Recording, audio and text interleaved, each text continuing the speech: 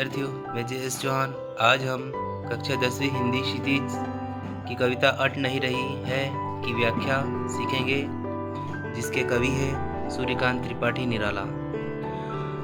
अट नहीं रही है आभा फागुन की, तन सट रही नहीं रही है।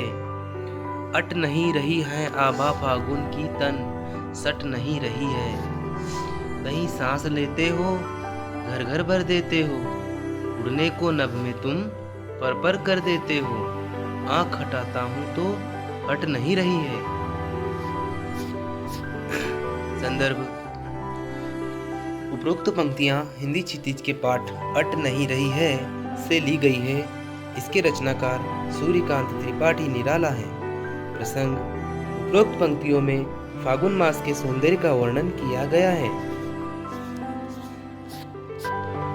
व्याख्या: कवि कहता है कि फागुन मास की क्रांति या सुंदरता कहीं समा नहीं पा रही है। भाव यह है कि फागुन मास का प्राकृतिक सौंदर्य इतना मनमोहक है कि वह तन मन में समा नहीं पा रहा है। चारों ओर सुंदरता का वातावरण है।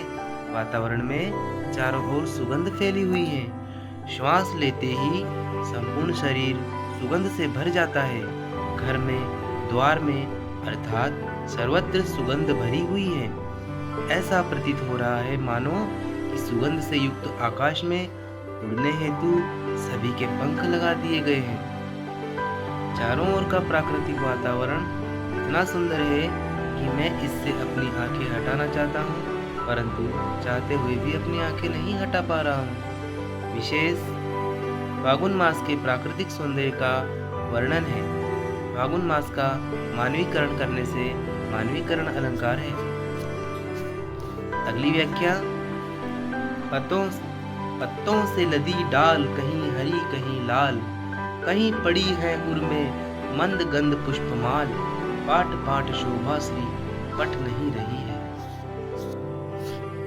संदर्भ है: उपरोक्त पंक्तियां हिंदी क्षितिज के पाठ अट नहीं रही है से ली गई हैं। इसके रचनाकार सूर्यकांत त्रिपाठी निराला है। प्रसंग: उपरोक्त पंक्तियों में फागुन मास के सौंदर्य का वर्णन किया गया है। व्याख्या: कवि कहता है कि फागुन मास में चारों ओर हरियाली छाई हुई है। पेड़ों की डालियों पर हरे तथा किसलई लाल रंग की पत्तियां लगी हुई हैं। पेड़ पौधों पर फूल आने से ऐसा प्रतीत हो रहा है मानो पेड़ों ने मंद मंद सुगंध से महकते फूलों की मालाएं अपने हृदय पर धारण कर ली हैं। प्रकृति का एक एक अंग सौंदर्य से युक्त है। प्राकृतिक शोभा ऐसी अद्भुत है कि वह समा नहीं पा रही है। विशेष फागुन मास अर्थात बसंत ऋतु की शोभा का वर्णन है।